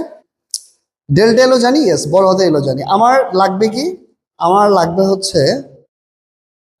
হচ্ছে ব্যাস এবং ডেল্টা ডি। কথাটা বুঝো, মানে আমার পয়জনস রেশিও বের করতে টোটাল 4টা ডাটা লাগে। একটা হচ্ছে ডেল্টা ডি বাই ডি, একটা হচ্ছে এল বাই ডেল্টা এল। তো আমি এল জানি, এল 3 মিটার দিয়ে দিছে। আমার কি বলো ওটাকে, ডেল্টা এল আমি বের করে ফেলছি, এটাও বলে দিছে। এখন আমাকে ডেল্টা ডি বাই ডি বের করতে। তো কি করা যেতে পারে, খেয়াল করো। আমি আমাকে কিন্তু এখানে ক্ষেত্রফল দেওয়া আছে, দেখো আমি কিন্তু দেখতে পাচ্ছি ক্ষেত্রফল দেওয়া আছে। আমরা কিন্তু জানি ক্ষেত্রফলের সূত্র কি, পাই আর স্কোয়ার না? ক্ষেত্রফল কত দিচ্ছে, 4 ইন্টু কত দিচ্ছে, এটা 10 টু দ্য পাওয়ার কত লেখা বুঝতে পারছি না, 10 টু দ্য -6 আছে। তাহলে যে আর হচ্ছে এখান থেকে বের হবে। আচ্ছা, না আর লেখো, আর 1, একটা তারিখ তো, আরো আর 1 লিখে লাভ কি? তো যাই হোক, তাহলে এখান থেকে 8টা বের হবে।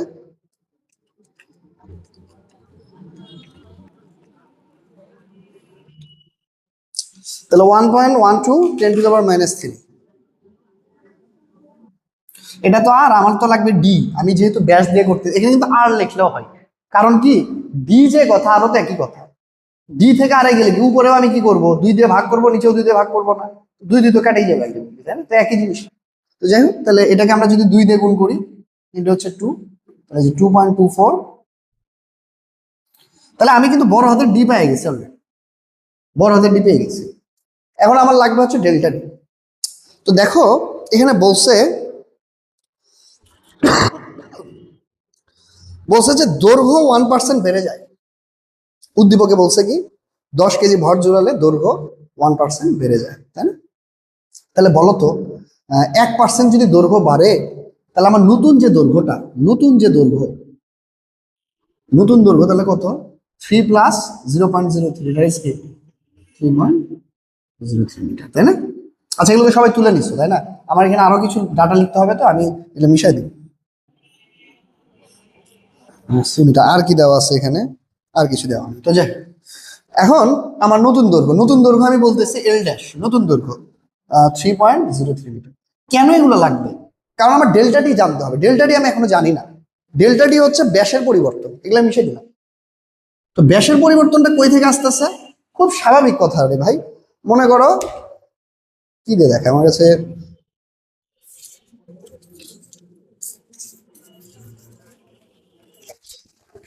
এই যে এই জিনিসটা, হ্যাঁ, এই জিনিসটা মনে করো, এই যে এটা তো আসলে হবে না, তারপর আমি বলি।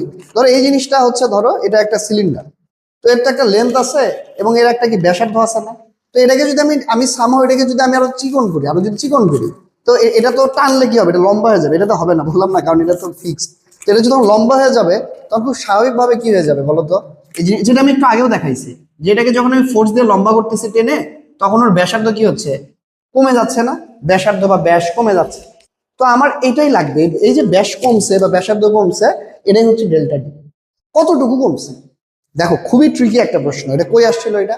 এই প্রশ্নটা গত বছরে, এটা কত সালে আসছিল, আরে আবার হয়ে গেছে। ও, এটা হচ্ছে যশোর বোর্ড 2024 আসছিল, তাই না? আচ্ছা, আমি একটু বের করি, হ্যাঁ, প্রশ্নটা বের করি। হ্যাঁ, যশোর 2024 আসছিল। তো খেয়াল করো, খুবই ট্রিকি একটা প্রশ্ন। তাইলে আমি এখন কেমনে বের করবো?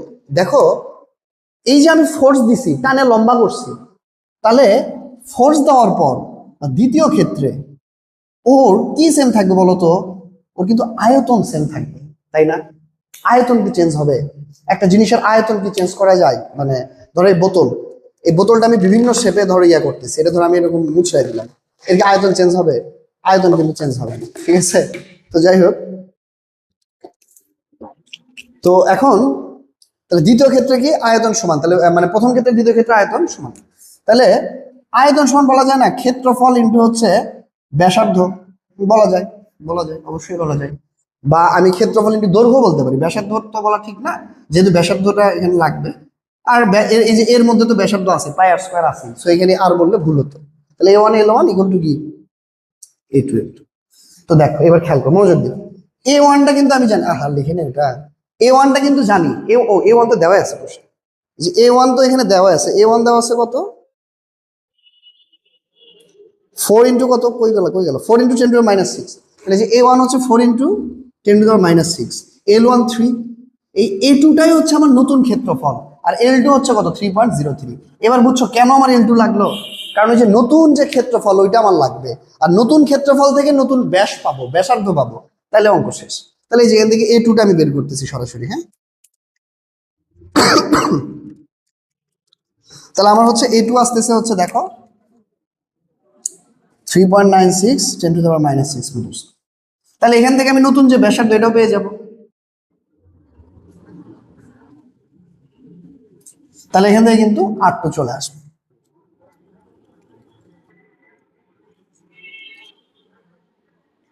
তাহলে যে 8 আসলো হচ্ছে 1.1227 মাইনাস 3 মিটার।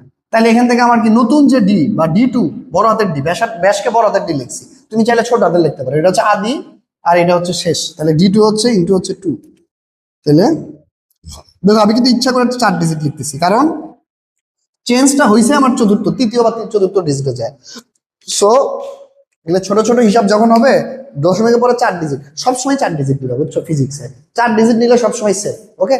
তো এটা হচ্ছে মাঝখানে কলার সাথে আমার ভিডিও আবার মাঝখানে কেটে গেছিল, আমি খেয়াল করিনি। তো যাই হোক, D2 তে এটা আসছিল, তো আমি কি বললাম 4 ডিজিট পর্যন্ত নিবা। তো D1টা না আমি হচ্ছে এখানে পরে আমি চেক করলাম, আমার D1 এর ভ্যালুতে একটু হিসাবে ভুল ছিল না ঠিক, আমি ওটা 2 ডিজিট নিছিলাম। তো ওইটা আমি যখন 3 ডিজিট বা 4 ডিজিটে যাচ্ছি, এটা 2.256 আসে। D1 যেটা ছিল, তোমরা ভিডিওর আগে যখন দেখবা যে আমি ওখানে D1 বের করছিলাম, ওইটা আমি হচ্ছে 2 ডিজিট নিছিলাম। তো ওইটা যদি আমি 4 ডিজিট নিতাম 2.256 এরকম আসে। তো ওইটা আমি একটু ঠিক করছি মাঝখানে। তাহলে দেখো আগে ছিল 2.25, এখন হচ্ছে 2.24, তাহলে ব্যাস কমছে। ব্যাসটা তো কমারই কথা, দৈর্ঘ্য যদি বাড়ে তাহলে ব্যাস কমবে না? দৈর্ঘ্য বাড়ছে, ব্যাস কমছে, তাহলে কতটুকু ব্যাস কমছে? এই যে ডেল্টা ডিভাইড করছি, এই যে বড়টা থেকে ছোটটা বাদ দিচ্ছি। এখন এগুলো সব যদি আমি সিগমায় বসাই দিই, এই ডেল্টা ডির ভ্যালু বসাই দিই, এল এর ভ্যালু, এল হচ্ছে আদি দৈর্ঘ্য, D1 হচ্ছে আদি ব্যাস, আর ডেল্টা এল হচ্ছে কি দৈর্ঘ্য বৃদ্ধি 0.03। তাহলে এগুলো হিসাব করলে আমি এটা করছি অলরেডি, যেহেতু মাঝখানে একবার করছিলাম 0.48 আসে। তো এখন তুমি যদি উদ্দীপকে দেখো যে এখানে 3টা পয়জনস রেশিও দেওয়া আছে, একটা দেওয়া আছে 0.22, একটা দেওয়া আছে 0.33, আর একটা দেওয়া আছে 0.44, যেটা হচ্ছে সীসার। তো একটা এর সাথে মেলে নাই, তবে কাছাকাছি গেছে গুণটা, যা 0.44 এর নিকটবর্তী। তার মানে এটা কিসের তৈরি? এটা হচ্ছে সীসার তৈরি। বোঝা গেল? ক্লিয়ার? খুবই ইম্পর্টেন্ট প্রশ্ন এবং খুবই ব্যতিক্রম ধরনের প্রশ্ন, কিন্তু এটা এই ধরনের প্রশ্ন আসতে পারে কিন্তু, এবং এগুলো কিন্তু কনসেপ্ট ক্লিয়ার থাকতে হবে একটু, তাছাড়া পারবা না। তো আশা করি সবাই এটা বুঝছো। তো এখন আমরা এই চ্যাপ্টারের সেকেন্ড অংশ, যেটা কিনা এতদিন শর্ট সিলেবাসে ছিল না, এইখান থেকে আমরা 2-3টা ম্যাথ প্রবলেম করব, এবং এই 2-3টা ম্যাথ প্রবলেম করলে যাবতীয় এই দ্বিতীয় অংশের যত ধরনের ম্যাথ আসতে পারে আশা করি তোমাদের এটা হয়ে যাবে, এবং এগুলোই বোর্ডে আসবে, যেগুলো আমি করাবো দেখবে এগুলোই বোর্ডে চলে আসতেছে। তো খেয়াল করো, তো এখানে আমি একটা প্রশ্ন বাছাই করছি, এটা ময়মনসিংহ গার্লস ক্যাডেটে আসছিল, টেস্ট পরীক্ষার একটা প্রশ্ন। তো একটু তোমরা কোশ্চেনটা দেখো। বলছে একটা ত্রুটিপূর্ণ ট্যাপ থেকে ফোঁটা ফোঁটা পানি পড়তেছিল, এত মিটার ব্যাসের 27টি ছোট ফোঁটা মিলে একটা বড় ফোঁটা গঠিত হয়েছে, পৃষ্ঠটান দিয়ে দিছে, বড় ফোঁটাটির ব্যাস জানতে চাইছে। খুবই গুরুত্বপূর্ণ প্রবলেম, এবং এই প্রবলেমটা শুধু এই জায়গার না, এটা ফিজিক্সের একটা গুরুত্বপূর্ণ প্রবলেম। তো যারা আমার স্টুডেন্ট আছো তারা আমি শিওর এই জিনিসটা দেখেই বুঝতে পারছো কিভাবে করবা। ওটার অ্যান্সারটা কিন্তু অলরেডি মুখস্থ হয়ে যাওয়ার কথা, কারণ 27টা ফোঁটা মিলছে, তার মানে ব্যাস বা ব্যাসার্ধ হবে কি 27টা দেখতে পাচ্ছি না, তাহলে 3r হবে ব্যাসার্ধ, বোঝাই যাচ্ছে। তাহলে কিভাবে করে মনে রাখবা, ফিজিক্সে যখনই দেখবা বড় ফোঁটা ছোট ফোঁটা, একদম চোখ বন্ধ করে প্রথমে ধরে নিবা যে ধরি ছোট ফোঁটার ব্যাসার্ধ ছোট হাতের আর বড় ফোঁটার ব্যাসার্ধ বড় হাতের। এখন এখানে কয়টা ছোট ফোঁটা ছিল? 27টা ছোট ফোঁটা। তাহলে 27টি ছোট ফোঁটার আয়তন ইকুয়াল টু কি বলতো, একটি বড় ফোঁটার আয়তন। ওকে, এখন একটা ছোট ফোঁটার আয়তন কি, যেহেতু গোলাকার পাই আর কিউব, তাহলে 27টা কত ইন্টু 27, আর এগুলো সবগুলো মিলে একটা বড় ফোঁটা হয়েছে, তাহলে 1 ইন্টু এইটা। তাহলে এখান থেকে সব কেটে যাবে, যায় কি আসবে আর সমান 27 কিউব রুট করলে কত হয় 3r। তাহলে এই যে 3 ইন্টু, এখানে কি দিছে বড় ফোঁটাটির ব্যাস।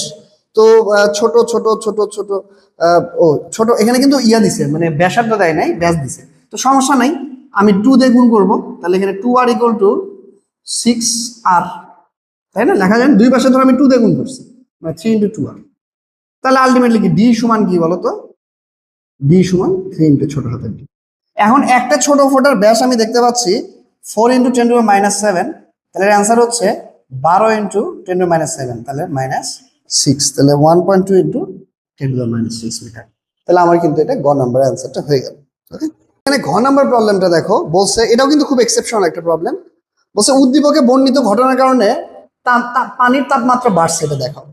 তো শোনো, এখানে বলছে কি 27টা ফোঁটা মিলে একটা বড় ফোঁটা হয়েছে। তো 27টা ফোঁটার ক্ষেত্রফল আর একটা বড় ফোঁটার ক্ষেত্রফল কোনটা বড় হবে? 27টা বড় হবে। দেখো আমি এক কাজ করি, মানে বের করে দেখাই। 27টি ছোট ফোঁটার ক্ষেত্রফল বের করবে। কেন ক্ষেত্রফল বের করব? কারণ ওই যে আমরা কিন্তু জানি যে এখানে যেহেতু তাপমাত্রা বাড়ছে, তার মানে কি তাপ শক্তি, শক্তির সাথে রিলেটেড, তার মানে কি এখানে পৃষ্ঠ শক্তির কনসেপ্ট চলে আসতেছে। আর পৃষ্ঠ শক্তির সূত্র মনে আছে?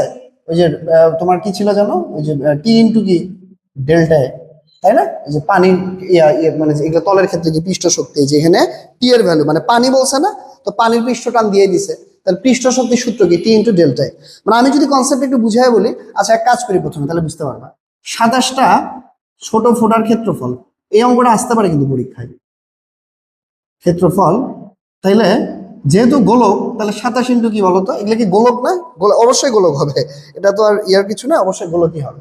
তাহলে 27 ইন্টু 4/r², তাহলে 27 ইন্টু 4 ইন্টু 16, আর ছোট হাতের আর এখানে আমি দেখতে পাচ্ছি কত দিছে, ছোট হাতের আর কত দিছে 2 ইন্টু 10 টু দ্য পাওয়ার -7, মানে ব্যাস দিছে, ওইটার আমি 2 দিয়ে ভাগ করছি, বুঝছো? মানে ভাগ করে সরাসরি লিখছি, মানে আমি জাস্ট জিনিসটা, ভিডিওর লেন্থ অনেক বড় হয়ে যাচ্ছে, আমি এখন 2 দিয়ে ভাগ করাও যদি দেখাই তাহলে ভিডিওর লেন্থটা অনেক বড় হয়ে যাবে।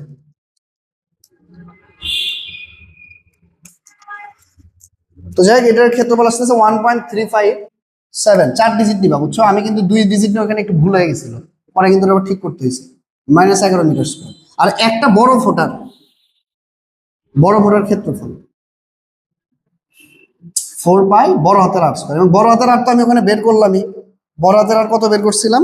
বড় হাতের আর মানে বড় ব্যাসার্ধ r ইকুয়াল টু 3r। এটা যে কই করলাম, হারাই ফেলছি। ও 6 ইন্টু 10 টু দ্য মাইনাস 7, হ্যাঁ 6 ইন্টু 10 মাইনাস 3 দেখুন, যেহেতু ঠিক আছে এত স্কয়ার, এটা বের করছিলাম। ওকে, হ্যাঁ ঠিক আছে, যেহেতু 3 গুণ তাহলে তো বোঝাই যাচ্ছে। তাহলে এখান থেকে আমরা যদি করি, তাহলে 4 ইন্টু 3.1416, তাহলে বড় ফোঁটাটা আসতেছে দেখো 4.5239 10 ইনভার্স 12। তাহলে দেখছো ক্ষেত্রফল কমে গেল, এখানে 10 ইনভার্স 11 ছিল, এখানে 10 ইনভার্স 12, তো 10 ইনভার্স 11 তো বড়, তাহলে কি বড় ফোঁটার ক্ষেত্রফল কিন্তু বেশি ছিল। তাহলে এই যে মানে ছোটটা সরি 27টা ছোট ফোঁটার ক্ষেত্রফল বেশি ছিল। তাহলে এই যে 27টা ছোট ফোঁটা মিলে একটা বড় ফোঁটা হয়েছে, তাহলে এই যে ক্ষেত্রফলটা কমে গেল, তাহলে এই ক্ষেত্রফল কমার কারণে কিন্তু এখানে একটা পৃষ্ঠ শক্তি তৈরি হয়েছে, তাই না? এখানে পৃষ্ঠ শক্তি আমি যদি বলি, পৃষ্ঠ শক্তি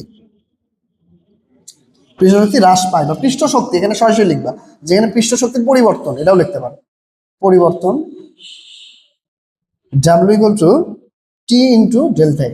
তো টি এর ভ্যালু তোমাকে দিয়েই দিছে এখানে। টি এর ভ্যালু আমি দেখতে পাচ্ছি কত, পানির ক্ষেত্রে মুখস্থ কিন্তু 72 ইন্টু 10⁻³ এটা মুখস্থ, পানির ক্ষেত্রে মুখস্থ। আর ডেল্টা এ কত, বড়টা থেকে ছোটটা, এটা সবসময় ভ্যালু নিয়ে কাজ করবা। তো বড়টা থেকে ছোটটা বাদ দাও, বড়টা তো এটা।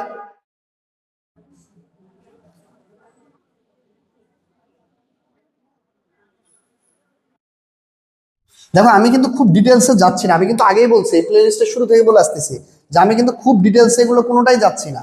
আমি জাস্ট যেটা তোমার লাগবে, হ্যাঁ তোমার যেহেতু পরীক্ষা কয়দিন পরে, তো সেটুকু জাস্ট কভার হয় যেন, ওইভাবে আমি কিন্তু ভিডিওগুলো সাজাচ্ছি। সো অনেক ডিটেলসে বললে তখন কিন্তু আমি এগুলো আরো অনেক ভালোভাবে বলতাম যে কিভাবে এটা হইলো, হ্যাঁ টি ইন্টু ডেল্টা কেন হইলো। তো ওগুলো কিন্তু আমি ওই জন্য স্কিপ করে যাচ্ছি, কারণ ওগুলো আমার কোনো কাজে লাগবে না বর্তমানে। আমার আপাতত হচ্ছে A+ পাইলেই হচ্ছে নাকি। A+ পাওয়া কিন্তু কঠিন ইন্টারে। তো যাই হোক, তাহলে যে 6.5139 ইন্টু হচ্ছে 10⁻³ এত জুল।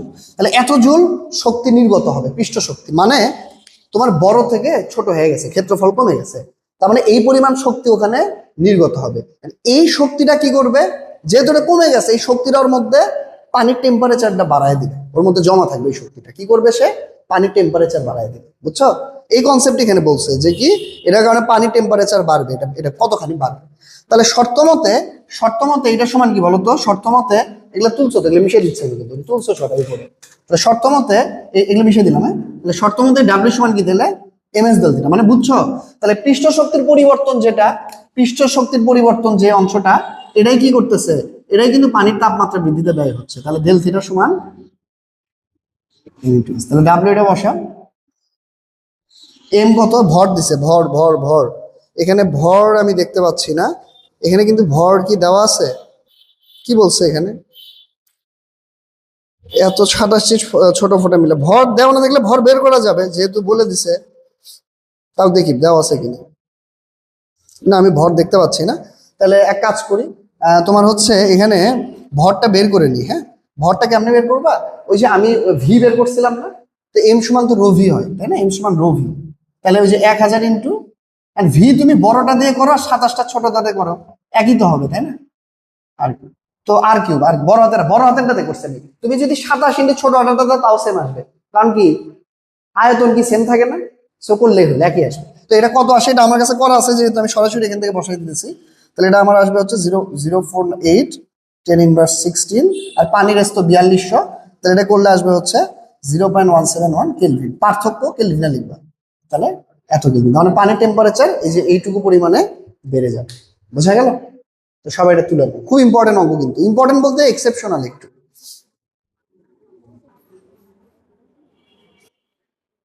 তো এখানে আরেকটা ম্যাথ প্রবলেম আমরা দেখবো, এবং এটা এই চ্যাপ্টারের লাস্ট ম্যাথ প্রবলেম। তো এই প্রবলেমটা হচ্ছে তোমার, এটা কোনো একটা ক্যাডেট কলেজে আসছিল এর আগে, এবার টেস্টে খুব সহজ আসছিল। তো এই প্রবলেমটা করলে তুমি হচ্ছে এখানে স্পর্শকোণ এবং অ্যাট দ্য সেম টাইম সান্দ্রতা, এই দুইটা টপিকও তোমার কভার হয়ে যাবে, সান্দ্রতাঙ্ক যেটা। তো তাহলে এখানে সেকেন্ড অংশ থেকে তাহলে স্পর্শকোণ আসতে পারে, পৃষ্ঠ শক্তি আসলে তো আমি দেখাই দিলাম, আর সান্দ্রতা আসতে পারে। আরেকটা আছে প্রান্তিক বেগ, বাট এটা তেমন একটা আমি ম্যাথটা দেখলাম না, এটা তোমরা বইয়ে দেখবে, একটা সূত্র লেখা আছে, ওইটা দিয়ে মোটামুটি হয়ে যাবে। তো এখানে একটু খেয়াল করো, প্রশ্নটা একটু দেখো, এটা কিন্তু উদ্দীপকটা একটু কমপ্লিকেটেড, মানে একটা ছবি আঁকানো আছে, তো ছবিটা তোমরা একটু দেখো, খেয়াল করো, যতখানি বোঝা যায়, দরকার জুম করে দেখতে পারো। আমি ছবিটা একটু বড় করে দিতেছি, দরকার হয় তোমরা একটু দরকার স্ক্রিনশট তুলে তোমরা এই কোশ্চেনটা ভালো করে দেখো, ছবিটা দরকার খাতায় তোলো, তারপরে হচ্ছে তোমরা, আর যাদের কাছে গাইড আছে বা ধরো টেস্ট পেপার আছে, তারা অবশ্যই এটা খুঁজে পাবে। এটা হচ্ছে তোমার কুমিল্লা ক্যাডেটে আসছিল আর কি, আমি যেটা দেখছি এখানে। তো আমি একটু প্রশ্নে যাই। তো বলছে চিত্র একে, এত ক্ষেত্রফল বিশিষ্ট একটি ধাতব পাত এত পুরুত্বের একটি তরলের স্তরের উপর রাখা আছে, এত বেগে ডান দিকে যাইতেছে, মানে বেগ দিছে, পুরুত্ব দিছে, বেগ পুরুত্ব দিছে, গ নাম্বারে চাইছে সান্দ্রতা গুণাঙ্ক। ভাই এটা মানে যাই হয়ে যাক আর তাই হয়ে যাক, এটা অবশ্যই অবশ্যই এই যে এই সূত্রটা বুঝবে। এখানে আমি সরাসরি লিখতে যাচ্ছিলাম, ইটা এ ডিভি বাই ডি। যখনই বেগ আর পুরুত্ব দেখবা দেয়া আছে, তোমাদের বইয়ে খুব সুন্দর ডিএক্স লিখছে, তাই না, তোমাদের বইয়ে না ডিওয়াই লিখছে, আমি আসলে খেয়াল নাই, মেবি ডিওয়াই লিখছে, একদম সরাসরি সরাসরি এই সূত্রটা ইউজ করবো, এবং এইটা দিয়ে তুমি হচ্ছে এখান থেকে যাচাই শুরু করবা। মানে এটা আসলে আমি ডিটেলসে যাইতে চাইতেছি না, মানে এটা আসলে কি, ধরো একটা এটা হচ্ছে যে নিউটনের একটা এক্সপেরিমেন্ট আছে সান্দ্রতার। তুমি একটা পানির লেয়ারের উপর দিয়ে যখন তুমি একটা জিনিসকে গতিশীল করতেছো, তখন ওখানে একটা আপেক্ষিক বেগ তৈরি হয়। সো ওই বেগটা হচ্ছে ডিভি, খালি মনে রাখবা। আর ওই পুরুত্বটা হচ্ছে ডিওয়াই। এটাকে বেগের অবক্রমণ বা বেগের নতি বলে অনেক জায়গায়, খুব সম্ভবত আমি দেখছি। তো এখানে দেখো পুরুত্ব 0.33। তাহলে আমি আমার এখানে চাইছে কি, আমার এখানে ইটাই চাইছে। তাহলে ইটা সমান তাহলে কি বলা যায় বলো তো? ইটা ইটা ইটা ইটা ইটা, তাহলে এফ ইন্টু ডিওয়াই এ ইন্টু ডিভি। তো এখানে দেখো এফ এর ভ্যালু কি দিয়া দিছে? এফ এর ভ্যালু দিয়ে দিছে বোধহয়, না? কি বলছে এখানে? এত ক্ষেত্রফল বিশিষ্ট ধাতব পাত ক্ষেত্রফল দিছে। আচ্ছা, তরল উপর রাখা আছে, পাতটি এত বেগে ডান দিকে যায়। আচ্ছা আচ্ছা, স্পর্শকোণ যেটা হয়, সান্দ্রতা গুণাঙ্ক কত, তাই না? তাহলে এখানে দেখো, এখানে ছবিতে আমি দেখতে পাচ্ছি, দেখছো? মানে অনেক ছোট করে লেখা, তো একটা ভর ঝুলাইছে।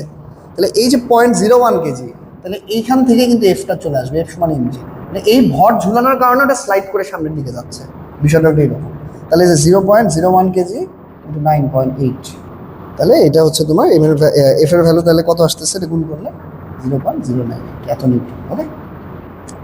আর ক্ষেত্রফল এখানে দিয়ে দিছে, আমি দেখতে পাচ্ছি। ক্ষেত্রফল 0.1 মিটার স্কোয়ার, সরাসরি ক্ষেত্রফল দিয়ে দিছে 1 মিটার স্কোয়ার। আর ডিভি কত? মনে রাখবে এই বেগটাই ডিভি, বুঝছো? এখানে ডিভিটাই বেগ।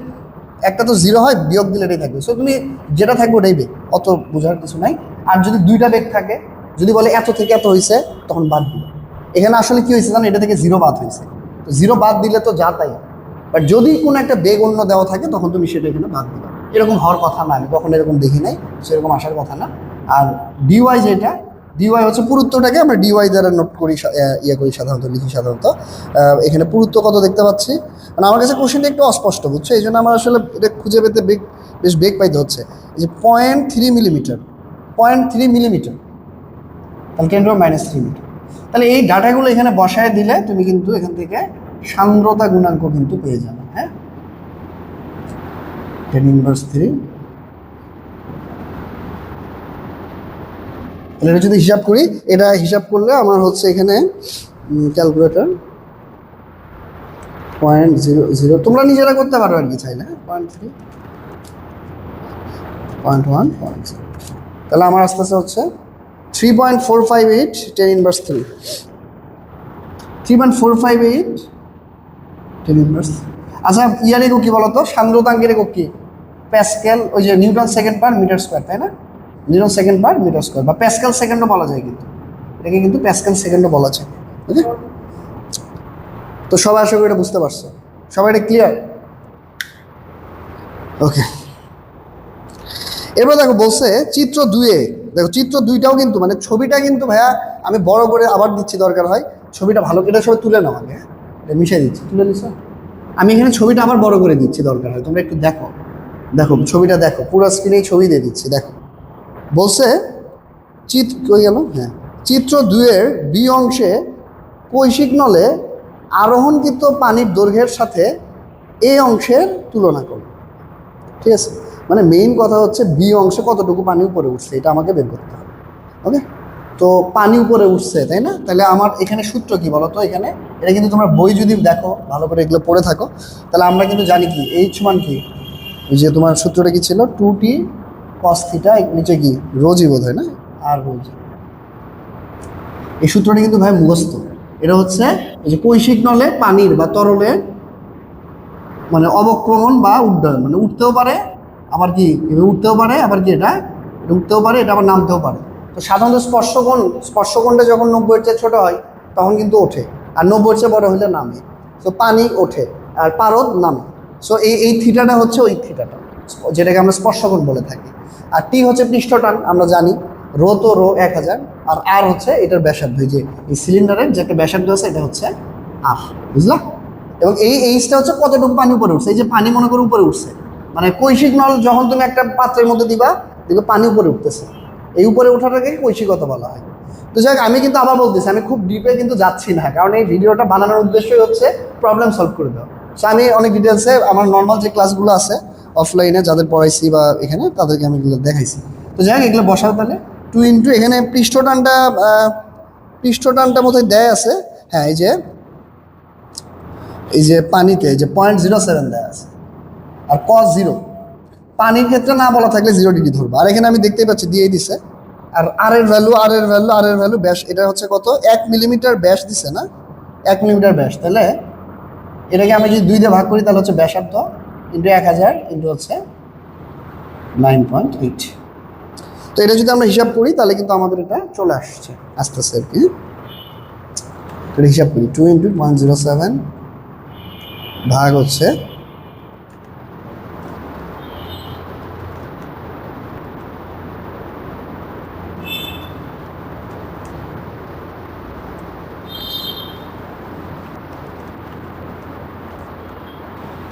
তাহলে 28.57 ইন্টু 10⁻³ এত মিটার। তাহলে মিলিমিটারও বলা যায় বা সেন্টিমিটারও বলা যায়। তোমাদের এখানে আমি দেখতে পাচ্ছি এরকমই রাখছে, সমস্যা নেই। এখন বলছে এটা হচ্ছে তাহলে কি, এটা হচ্ছে এটা কোথায় বলো তো, এটা হচ্ছে বি অংশে। তাহলে বি কৈশিক নলে, কৈশিক নলে বি অংশে আরোহণকৃত পানি, তাহলে আরোহণকৃত পানির দৈর্ঘ্য, তাহলে এত মিটার। হ্যাঁ, এটা আমার প্রথম অংশ, মানে এটা আমরা করে ফেলবো। তো বি অংশে তোমরা যদি ছবিটা ভালো করে দেখো, ছবিটা বুঝতে হবে। ছবিটা কিন্তু পুরোপুরি স্পষ্ট না, ছবিটা একটু অস্পষ্ট, বুঝছো? এই জন্যই ঝামেলাটা তৈরি হচ্ছে। তো তারপরে যদি ভালো করে দেখো, মানে এই জিনিসটা না এরকম সোজা ছিল, বুঝছো? এটারে আপনি বাঁকাইছে কতখানি বাঁকাইছে, 60 ডিগ্রি বাঁকাইছে, বুঝছো? তাহলে আমার প্রথম ছবিতে এইচ, মনে করে এটা হচ্ছে এইচ আমার আসছে হচ্ছে এইটা। এখন এটার আমি এরকম বাঁকাইছি, এরকম বাঁকাইছি 60 ডিগ্রি, বুঝছো? এখন আমারে বলছে যে ভাই, হ্যাঁ হ্যাঁ, এখন আমারে বলছে যে ইয়েটা কত হবে, যে এখন আমার ওই হাইটটা কত হবে। তাহলে এই হাইটটা তো এইটা না, এখন হাইটটা হয়ে গেছে এই যে এইটা না, মানে হাইট ধরো এইটুকু ছিল, এটা হাইট, এইটাই বেঁকে গেছে। তাহলে এখানে আমার কি হেলানো তলের কারণে বা এই যে 60 ডিগ্রি কোণে হেলানো, এটার কারণে কিন্তু আমার ওকে একটু কি মনে হবে, ওই জিনিসটা কি একটু বেঁকে যাবে, একটু হেলে যাবে। তাহলে এটা কিন্তু ওই যে ভূমি দেওয়া আছে অতিভুজ, তাহলে cos θ cos 60 ইকুয়াল টু কি ভূমি বাই অতিভুজ। ভূমি হচ্ছে যে আগে যেটা ছিল, হ্যাঁ 28.57 10⁻³, আর অতিভুজ মানে নতুন যেটা বের করবো। তো এখানে কি চাইছে, এটা বি বলছে না, তাহলে আমি এখানে এইচবি লিখে, তাহলে এইচবি পেন্সিল আবার ভাইব না। তো যাই হোক 10⁻³ ভাগ হচ্ছে cos 60। তাহলে এটা করলে দেখো কত হয়। খুবই মানে ট্রিকি একটা প্রশ্ন, মানে লাস্ট অংশটা একটু ট্রিকি ছিল, একটু মানে মোটামুটি ভালোই ট্রিকি ছিল আর কি, একটু না আমি বলবো বেশ ভালোই ট্রিকি ছিল। কারণ এটা কিন্তু বুঝতে পারাটা খুব, না করা থাকলে ভাইয়া পরীক্ষার হলে জীবনও মাথা কাজ করবে না, জীবনেও কাজ করবে না, নেভার। ভাগ হচ্ছে cos 60। তাইলে আমার কি রে, ও আমার রেডিয়ান মোডে করা আছে ক্যালকুলেটর, হ্যাঁ তাই তো বলি মাইনাস আসে কেন। তো যাই হোক তোমরা হিসাবটা করো, 28.57 - 357 না, ভাগ হচ্ছে cos 60। তাহলে এই যে আমার অ্যান্সার আসছে 0.0571, 0.0571 আমি দিয়ে দিচ্ছি। আচ্ছা, তো দেখ এত মিটার। তাইলে এই যে আমার এখন ইয়াতে তুলনা, এটাই তুলনা যে এত মিটার মনে হবে, মানে এই প্রথম ক্ষেত্রে এত হলো, দ্বিতীয় ক্ষেত্রে এত বলে মনে হয়। এখানে কি আর কিছু চাইছে না, আর কিছু চাই। তাহলে আমাদের এরই মাধ্যমে এই চ্যাপ্টারের ভিডিওগুলো কমপ্লিট। এই অঙ্কগুলো যদি করো, অনেকগুলো অঙ্ক করানো হয়েছে, আমার বিশ্বাস এখান থেকে কমন পাবা। এখানে একটা টপিক বাদ গেছে, এটা হচ্ছে প্রান্তিক বেগ। এই টপিকটা আসলে বাদ গেছে, কারণ আমি প্রশ্ন যখন অ্যানালাইসিস করলাম, এটার আমি তেমন একটা প্রশ্ন পাইনি কোথাও যে আসছে, তো ওই জন্য আমি এটা এখানে করাইনি। বাট আমার রেগুলার ব্যাচের যারা স্টুডেন্ট আছে তারা অবশ্যই মানে জানো যে ওটা নিয়ে অনেক কিছু করানো হয়েছে। তো আমার বিশ্বাস এই ক্লাসটা ভালো করে গেলে এখান থেকে তুমি 1 সেট ইনশাল্লাহ কমন পেয়ে যাবে। তো সবাই শুরু থেকে ভিডিওটা দেখো, সবাইকে ধন্যবাদ এবং শুভকামনা। আসসালামু আলাইকুম।